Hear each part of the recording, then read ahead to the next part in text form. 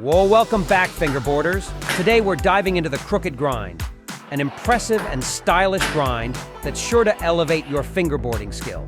The crooked grind is all about balance and precision, and we're here to break it down step by step to help you master it.